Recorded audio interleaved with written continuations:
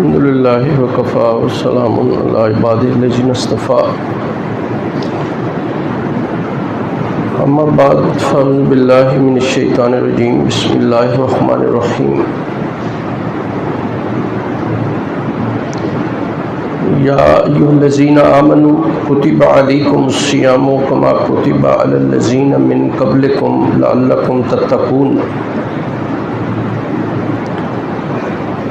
صدق اللہ العظیم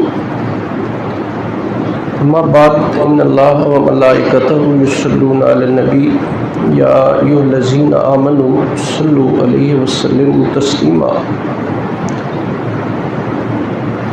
اللہم صلی علی محمد وعلی آل محمد کما صلیت علی ابراہیم وعلی آل ابراہیم انک حمید مجید اللہم بارک علی محمد وعلی آل محمد کما بارکت علی ابراہیم وعلی آل ابراہیم انک حمید مجید یا رب صلی وسلم دائما ابدا علی حبیبک خیر الخلق کلہم رب اشرح لی صدری ویسر لی امری واحلل عقدۃ من لسانی یفقہوا قولی میرے انتہائی قابل احترام بزرگوں، بھائیوں اور عزیزوں، رمضان کے حوالے سے پچھلے 3-4 جمعوں پہ درسوں میں نے بڑی تفصیلی بات عرض کی کہ روزہ کیا ہے، خطاب کن لوگوں سے ہے، ایمان والے لوگ کون ہیں، اور دیگر جتنی اقوام ملل امم اللہ نے بھیجی ہیں، نبی آئے ہیں، رسول آئے ہیں، ان کی امتیں آئی ہیں، تمام امتوں پر روزہ فرض رہا ہے۔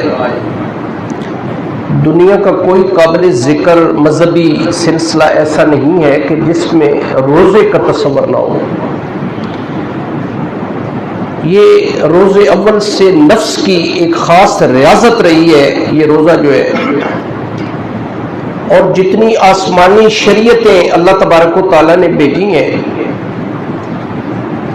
یہ نسلاً بعد نسلاً اللہ تبارک و تعالیٰ نے یہ روزہ ہم تک بھی بھیجا ہے۔ پچھلے درس میں اگر آپ کو یاد ہے تو میں نے مختلف انبیاء کا، ان کی اقوام کا ذکر کیا کہ کتنے روزے فرض تھے۔ نوح علیہ السلام کا ذکر کیا جنہوں نے ساری زندگی ہر روز روزہ رکھا ہے۔ داؤد علیہ السلام کا ذکر کیا کہ ساری زندگی ایک دن روزہ رکھا ہے، ایک دن روزہ افطار کیا ہے۔ تو اللہ تبارک و تعالیٰ آج بڑی اہم بات ہے، اور اس سلسلے کی رمضان کے حوالے سے آخری بات ہے اور بڑا امپورٹنٹ ہمارا ٹاپک ہے۔ اللہ پاک فرماتے ہیں کہ اے ایمان والو، تمہارے اوپر رمضان کے روزے فرض کیے ہیں جیسے تم سے پہلی اقوام اور امتوں پر فرض کیے ہیں۔ اور کیوں فرض کیے گئے ہیں؟ اصل سوال تو یہ ہے، یہ ہمارے بچے آج کل جو ہے نا وہ ہر کام میں پوچھتے ہیں جی علت کیا ہے، حکمت کیا ہے، وجہ کیا ہے، کیوں اللہ نے فرض کیا، اللہ ہمیں کیوں بھوکا پیاسا رکھنا چاہتے ہیں، وجہ کیا ہے؟ اگر ادب آداب کی بات عرض کروں تو حضرت عبداللہ بن مسعود رضی اللہ تعالیٰ عنہ ایک بڑے جلیل القدر صحابی ہیں، کسی نہ کسی حوالے سے پہلے درس میں نے ان کا ذکر کیا تھا۔ نبی صلی اللہ علیہ وسلم کے خلوت اور جلوت کے ساتھی ہیں، ہر وقت نبی صلی اللہ علیہ وسلم کی خدمت میں رہتے ہیں۔ وہ کہتے ہیں کہ ہم نے پوری زندگی نبی کریم صلی اللہ علیہ وسلم سے کیوں کا سوال نہیں کیا کہ یا رسول اللہ یہ کیوں ہے، یہ کبھی نہیں کیا۔ ہم یہ ضرور عرض کرتے تھے کہ یا رسول اللہ حکم کیا ہے وہ ارشاد فرمائیں تاکہ ہم اس پہ عمل کریں۔ اللہ کے ہر کام میں کوئی نہ کوئی حکمت، مصلحت، علت ضرور یقیناً ہے، لیکن یہ تلاش کرنا بڑی خوبصورت بات اگر عرض کروں انہی کے حوالے سے عبداللہ بن مسعود رضی اللہ تعالیٰ عنہ سے ایک بار سوال کیا گیا کہ مغرب کی 3 رکعتیں کیوں ہیں؟ 3 فرض آپ پڑھتے ہیں نا، مغرب کیوں ہے؟ انہوں نے جواب دیا کہ ہمیں رسول اللہ صلی اللہ علیہ وسلم نے 3 ہی پڑھائی ہیں، ہمیں ساری زندگی جرأت نہیں ہوئی نبی صلی اللہ علیہ وسلم سے پوچھنے کی کہ یا رسول اللہ یہ 4 کیوں نہیں ہے اور 2 کیوں نہیں ہے۔ ان سے سوال کیا گیا کہ سورہ توبہ کے ابتدا میں بسم اللہ نہیں ہے، ہر سورت کے ابتدا میں بسم اللہ ہے، کیوں نہیں ہے؟ انہوں نے فرمایا ہمیں رسول اللہ نے لکھوائی نہیں، ہم نے لکھی نہیں، رسول اللہ سے پوچھنے کی ضرورت نہیں کی۔ یہ ادب آداب ہے، کبھی بھی تلاش نہ کریں کہ اس میں کیا حکمت ہے۔ چلیں اگر آپ کا ذہن آپ سے یہ سوال کرتا ہے کہ وجہ کیا ہے، وہ میں آج عرض کر دیتا ہوں۔ علت کیا ہے، حکمت کیا ہے، کیوں اللہ نے ہمیں بھوکا پیاسا رکھنا پسند کیا ہے؟ اللہ تبارک و تعالی جواب دیتے ہیں، اللہ فرماتے ہیں لعلکم تتقون، تاکہ آپ متقی بن جائیں، تاکہ آپ تقوی اختیار کرنے والے ہو جائیں۔ یہ روزے اس لیے فرض کیے ہیں۔ اب یقیناً آپ کے ذہن میں سوال جائے گا کہ یہ تقوی کیا ہے؟ آج اسی پہ میں ساری بات کروں گا آپ سے۔ بہت اہم موضوع ہے اور میں کوشش کروں گا کہ بڑی انفارمیٹیو سی باتیں میں آپ سے شیئر کروں۔ اگر آپ مجھ سے ایک سوال کریں نا جی،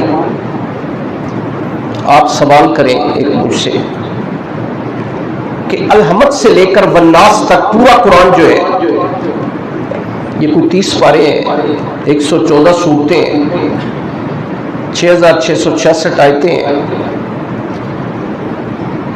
کوئی 22 سال 2 ماہ 22 دن میں اللہ نے یہ قرآن نازل کیا ہے۔ اگر آپ یہ سوال کریں کہ اس پورے قرآن کا خلاصہ میں عرض کر دوں اور ایک لفظ میں سنگل ون، تو ہمارے پاس اتنا ٹائم نہیں ہے کہ ہم بہت باتیں سنیں۔ نبی صلی اللہ علیہ وسلم کی 23 سالہ بعد از بعثت جو تعلیمات ہیں، اس کا خلاصہ ایک لفظ پہ میں بیان کروں، وہ تقوی ہے۔ اللہ آپ میں تقوی پیدا کرنا چاہتے ہیں اس مہینے کے ذریعے سے۔ اب تقوی کیا ہے؟ بہت مثالیں میں دوں گا آپ کو، لیکن اس سے پہلے بہت ساری تعریفات بھی میں آپ کے سامنے عرض کروں گا کہ ہمارے جو محققین ہیں، ہمارے بزرگ ہیں، ہمارے اسلاف ہیں، انہوں نے کیا تقوی کے بارے میں کیا باتیں کی ہیں۔ اللہ کیوں ہمارے اندر تقوی پیدا کرنا چاہتے ہیں، کیوں اللہ پاک ہمیں بھوکا پیاسا رکھنا چاہتے ہیں۔ ایک تو پہلے مثال سن لیں، تعریفات پھر میں عرض کرتا ہوں، مفہوم بھی عرض کرتا ہوں۔ حضرت عمر فاروق رضی اللہ تعالیٰ عنہ کا زمانہ تھا، آپ نے ایک بڑے عالم فاضل رسول اللہ کے صحابی، at that time chief justice تھے مدینہ طیبہ کے، اور بڑے چوٹی کے قاری تھے، ان کا نام تھا ابی ابن کعب۔ بڑی ایک دلچسپ بات آپ کو سناؤں کہ ایک دن نبی صلی اللہ علیہ وسلم نے فرمایا، بلایا، ابی جی یا رسول اللہ، فرمایا ادھر آؤ۔ آگے نبی صلی اللہ علیہ وسلم نے فرمایا، ابی جبریل علیہ السلام آئے تھے۔ کہنے لگے یا رسول اللہ کوئی نئی بات ہے، جبریل روزانہ آپ کے پاس آتے ہیں؟ فرمایا نہیں، خاص بات ہے۔ عرض کرنے لگے یا رسول اللہ وہ خاص بات کیا ہے؟ فرمایا اللہ نے آج تیرا سلام بھیجا ہے۔ عرض کرنے لگے یا رسول اللہ اللہ نے میرا نام لے کے سلام بھیجا ہے؟ تو اللہ کی قسم اللہ نے تیرا نام لے کے سلام بھیجا ہے۔ فرمایا ابی مجھے قرآن سناؤ۔ کہنے لگے یا رسول اللہ آپ پہ قرآن نازل ہوا ہے، میں آپ کو قرآن سناؤں؟ سنیں کیا بڑے لوگ تھے۔ نبی صلی اللہ علیہ وسلم نے فرمایا ابی قیامت کا دن ہوگا، اللہ تم سے فرمائش کریں گے قرآن سننے کی، اور تمہیں اللہ پہ قرآن سنانا پڑے گا قیامت کے دن۔ اندازہ لگا لیں آپ۔ عمر فاروق رضی اللہ تعالیٰ عنہ نے ابی ابن کعب سے پوچھا، ابی جی یا امیر المومنین، فرمایا ابی تقوی کیا ہے؟ تعریف سنیں ذرا تقوی کی، تقوی کیا ہے؟ انہوں نے جواباً سوال کر دیا امیر المومنین عمر فاروق رضی اللہ تعالیٰ عنہ پہ۔ اور کہا یا امیر المومنین کبھی آپ ایسے رستے سے گزرے ہیں جس کے دونوں طرف کانٹے ہی کانٹے ہو؟ فرمایا کئی بار۔ کہا کیسے گزرے؟ فرمایا میں اپنے دامن کو سمیٹ کے چلا، کپڑوں کو سمیٹ کے چلا تاکہ میرا دامن کانٹوں میں الجھ کے پھٹ نہ جائے۔ فرمایا ایک متقی آدمی دنیا کی آلائشوں، غلاظتوں، گناہوں سے اس طرح اپنے دامن کو سمیٹ کے چلے، یہ تقویٰ ہے۔ ہر بندہ جانتا ہے یہ گناہ کا کام ہے، یہ نیکی کا کام ہے، یہ غلط کام ہے، یہ اللہ کی نافرمانی کا کام ہے، یہ اللہ کی فرما برداری کا کام ہے۔ فرمایا میں اپنے دامن کو سمیٹ کے چلا تاکہ میرا دامن کانٹوں میں الجھ کے پھٹ نہ جائے۔ فرمایا یہی تقویٰ ہے، یہ تقویٰ ہے۔ نبی کریم صلی اللہ علیہ وسلم سے ایک بار سوال کیا صحابہ نے، یا رسول اللہ سب سے زیادہ عزت والا بندہ کون ہے؟ ایک تو عزت کی تعریف سن لیں، عزت کسے کہتے ہیں۔ ایک ہمارے ہندوستان کے بہت بڑے عالم ہیں، انہوں نے اپنے مواعظ میں عزت کی تعریف لکھی ہے۔ ہمارے ہاں عزت والا وہ ہے گھر بہت اچھا ہے، گاڑی بہت اچھی ہے، بینک بیلنس بہت ہے، حرام حلال کی تمیز نہیں ہے، بس دولت بہت ہے، بچے اعلیٰ عہدوں پہ ہیں، ہم سمجھتے ہیں بڑی عزت ہے۔ ہمارے ہاں معیار یہی سچی بات ہے۔ اللہ کے ہاں معیار اور ہے، کامیابی کا معیار بھی اور ہے، عزت کا مقام بھی اور ہے۔ انہوں نے جو تعریف لکھی ہے وہ سن لیں، خوبصورت تعریف ہے، بڑی اختصار اور بڑی جامعیت کے ساتھ فرماتے ہیں کہ اللہ کی پسندیدگی کا نام عزت ہے۔ اللہ پسند کر لے یہ عزت ہے، اللہ دھتکار دے، ناپسند کر دے، یہ ذلت ہے۔ دیٹس آل، لمبی چوڑی بات نہیں ہے۔ اور اللہ قرآن میں فرماتے ہیں کہ ان العزت للہ ولرسولہ وللمؤمنین ولکن المنافقین لا یعلمون۔ منافقوں کو کیا پتہ عزت کیا ہوتی ہے؟ عزت تو اللہ کے لیے، اللہ کے رسول اور ایمان والے لوگوں کے لیے۔ اللہ فرماتا ہے یبتغون عندهم العزت فإن العزت للہ جمیعا۔ اے رسول اللہ کے صحابہ کیا آپ ان سے عزت چاہتے ہیں؟ ان منافقوں سے عزت چاہتے ہیں؟ عزت ساری تو اللہ کے پاس ہے، وہ جسے چاہے عزت دے دے۔ آپ جانتے ہیں قل اللہم مالک الملک تؤتی الملک من تشاء وتنزع الملک ممن تشاء وتعز من تشاء وتذل من تشاء بیدک الخیر انک علی کل شیء قدیر۔ سنیں جو میں اصل بات سنانا چاہ رہا ہوں کہ نبی کریم صلی اللہ علیہ وسلم سے پوچھا گیا کہ یا رسول اللہ عزت والا کون ہے؟ رسول اللہ نے ارشاد فرمایا کہ یہ تو اللہ نے قرآن میں ارشاد فرما دیا ہے۔ اللہ نے قرآن میں کیا ارشاد فرمایا؟ اللہ فرماتے ہیں ان اکرمکم عند اللہ اتقاکم۔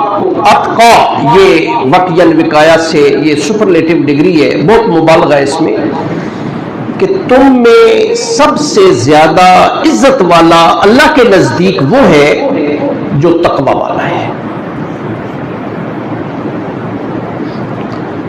اس آیت کا شان نزول بڑا عجیب اور خوبصورت ہے۔ اگر اجازت دیں تو میں آپ سے عرض کر دوں کہ یہ کس موقع پہ اللہ نے یہ آیت کریمہ، اس کے چونکہ اللہ کی تقوی سے ہے۔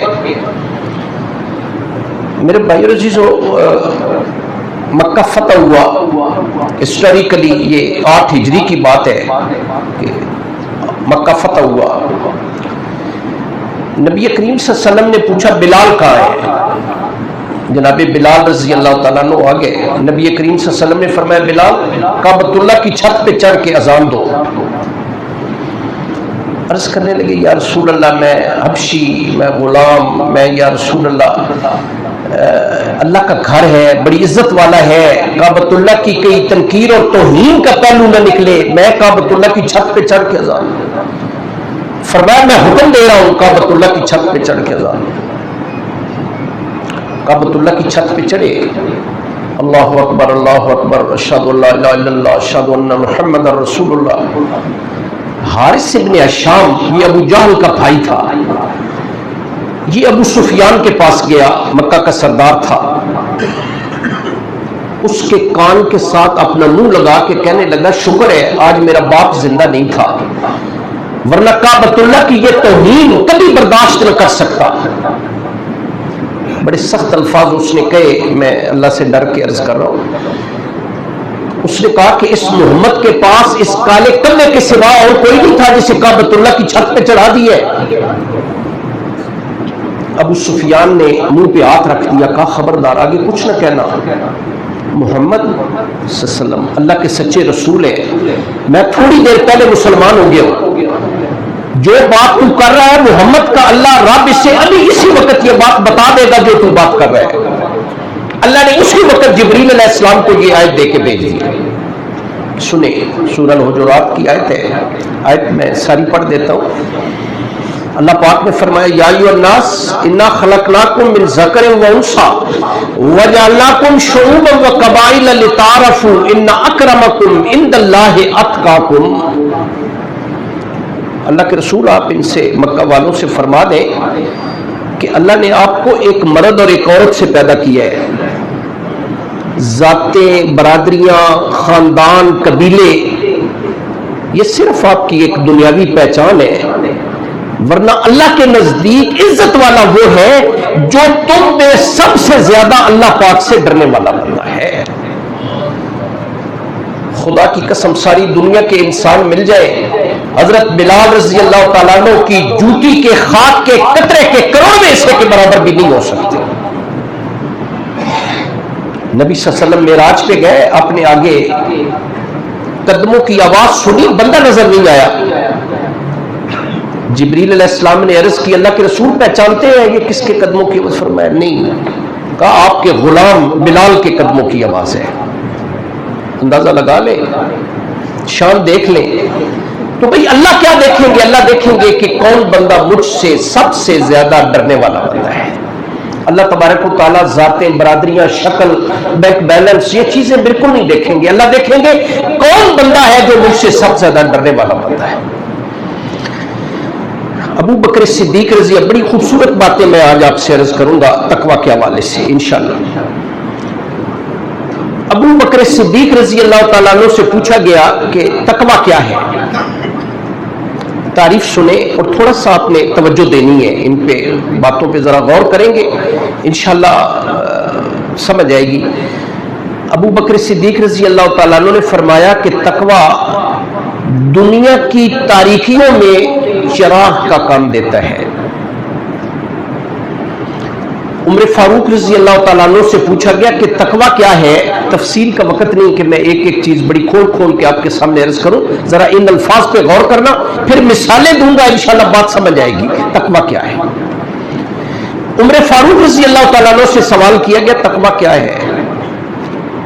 فرمایا بے شک اللہ میری نیکیوں کا اجر مجھے نہ دے لیکن مجھے اپنے عذاب سے بچا دے، یہ تقویٰ ہے۔ عثمان غنی رضی اللہ تعالیٰ عنہ سے سوال کیا گیا تقویٰ کیا ہے؟ حضرت عثمان رضی اللہ تعالیٰ عنہ نے فرمایا کہ بندہ سب لوگوں کے بارے میں یہ گمان رکھے کہ سارے لوگ اللہ کے عذاب سے بچ جائیں گے، مجھے اللہ کی عدالت میں ایک ایک چیز کا حساب دینا پڑے گا، یہ تقویٰ ہے۔ سارے لوگوں کی نجات ہو جائے گی قیامت کے دن، لیکن مجھ سے کڑا حساب ہوگا، یہ تقویٰ ہے۔ حضرت علی رضی اللہ تعالیٰ عنہ سے سوال کیا گیا تقویٰ کیا ہے؟ بڑی جامع تعریف فرمائی، ذرا سنیں گے انشاءاللہ سمجھ آئے گی۔ حضرت علی رضی اللہ تعالیٰ عنہ نے فرمایا کہ ہر لحظہ، ہر لمحہ بندہ اللہ پاک سے ڈرتا رہے۔ جو بندہ اللہ سے ڈرتا ہے لوگوں سے نہیں ڈرتا، جو لوگوں سے ڈرتا ہے وہ اللہ سے نہیں ڈرتا، نمبر ایک۔ نمبر دو، اللہ کے احکام جو قرآن میں ہیں ان پہ عمل کرتا رہے۔ نمبر تین، اللہ نے جو رزق دیا ہے اس پہ قناعت کرے، جو میرے مقدر میں تھا اللہ نے مجھے دے دیا ہے۔ یہ قناعت کرنا سچی بات ہے، یہ بڑے متوکلین کا کام ہے کہ جو اللہ نے میرے مقدر میں کیا تھا وہ دے دیا ہے۔ نبی صلی اللہ علیہ وسلم کا فرمان ہے، دو روایتیں ہیں، ایک روایت میں کہ اگر تیرے پاس سونے کی ایک وادی ہو، ایک روایت میں کہ دو وادیاں سونے کی ہو، اس انسان کی بندے کی خواہش ہوگی کاش میرے پاس سونے کی ایک اور وادی بھی ہو۔ نبی صلی اللہ علیہ وسلم کا فرمان ہے کہ تیرے منہ کو قبر کی مٹی کے سوا کوئی چیز نہیں بھر سکتی۔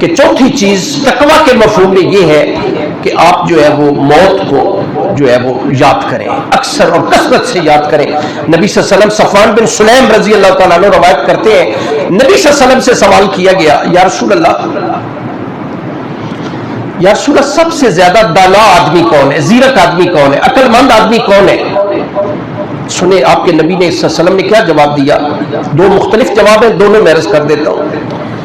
آپ نے فرمایا جو کثرت سے موت کو یاد کرنے والا ہو اور کثرت سے موت کی تیاری کرنے والا، نمبر 1۔ پھر نبی کریم صلی اللہ علیہ وسلم نے فرمایا سب سے زیرک آدمی اور دانا آدمی وہ ہے، یہ بات ذرا غور سے سنیں گے انشاءاللہ سمجھ آئے گی، کہ دنیا کے لیے اتنی محنت کرے جتنا دنیا میں رہنا ہے، آخرت کے لیے اتنی محنت کرے جتنا آخرت میں رہنا ہے۔ آخرت میں کتنا رہنا ہے دیکھیں نا، ذرا سوچیں۔ نبی کریم صلی اللہ علیہ وسلم نے ایک بار اپنی انگلی یہ سمندر میں فرمایا کہ آپ اپنی انگلی سمندر میں ڈالیں، اس سے باہر نکالیں، یہ پانی جو لگا ہے نا پورے کے ساتھ، یہ دنیا ہے، سمندر کا سارا پانی آخرت ہے۔ کیا نسبت تناسب ہے کوئی اس میں؟ آپ ذرا تھوڑا سا کریں نا کوئی اس کا حساب کتاب کیلکولیٹر پہ، کوئی ہے نسبت اس پانی کو اس پانی سے کہ جو سمندر کا پانی ہے؟ یہ جماعت والے بھائی اکثر ایک بات کرتے ہیں امام غزالی رحمہ اللہ کے حوالے سے، سنا ہوگا آپ نے کہ زمین اور آسمان کا خلا رائی کے دانے سے بھر جائے، خشخاش سے بھی چھوٹا ہوتا ہے رائی کا دانہ، ایک پرندہ آئے ایک دانہ لے کے اڑ جائے، 1000 سال بعد پھر آئے ایک دانہ لے کے پھر 1000 سال بعد آئے، یہ گمان تو کیا جا سکتا ہے کہ یہ دانے ختم ہو جائے، آخرت کی زندگی اس سے بھی زیادہ طویل ہے۔ دیانتداری سے مسجد کا ماحول ہے ماشاءاللہ، بڑے شوق سے بیٹھے ہیں، اللہ آپ کو مجھے عمل کی توفیق دے جو باتیں میں عرض کر رہا ہوں۔ میرے بھائیو عزیزو، دنیا کے لیے کتنی محنت ہے، آج دیکھ لیں، دل پہ ہاتھ رکھیں ذرا، 24 گھنٹوں میں سے دنیا کو کتنا ٹائم دے رہے ہیں، اپنے پروردگار کو کتنا ٹائم دے رہے ہیں، دیکھ لیں۔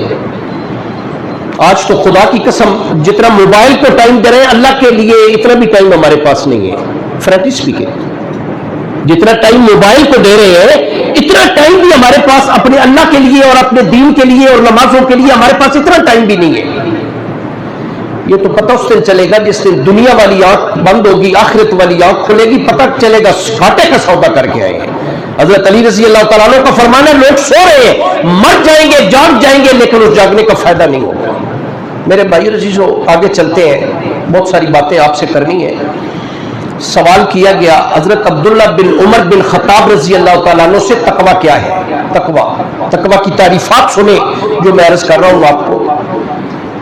فرمانے لگے کہ بندہ اپنے آپ کو سب سے کم تر سمجھے کہ ساری دنیا مجھ سے افضل ہے، میں سب سے کم تر ہوں، اور یہ بڑی مشکل بات ہے، آسان نہیں ہے اپنے آپ کو سب سے گھٹیا سمجھنا۔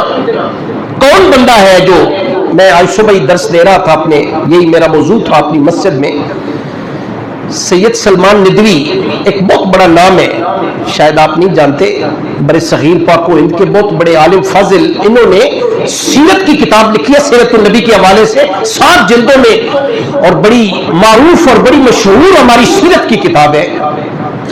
یہ مولانا اشرف علی تھانوی کے پاس گئے کہ کوئی نصیحت فرمائیے، لوگ بڑے لوگوں کے پاس جاتے تھے، آج تو یہ ہمارے پاس تصور ہی نہیں رہا، ہمارے پاس وقت ہی نہیں ہے کہ اچھے علماء کے پاس بیٹھے ان سے اچھی باتیں سنیں، اچھی صحبت اختیار کریں کسی اللہ کے ولی کی، یہ بڑا ضروری ہے ہمارے لیے۔ کہنے لگے کوئی نصیحت فرمائیے، سنیں مولانا اشرف علی تھانوی نے سید سلمان ندوی کو کیا کہا اپنے آپ کو مٹا دے، اپنے آپ کو مٹا دے۔ پوچھنے لگے جی کیا مطلب؟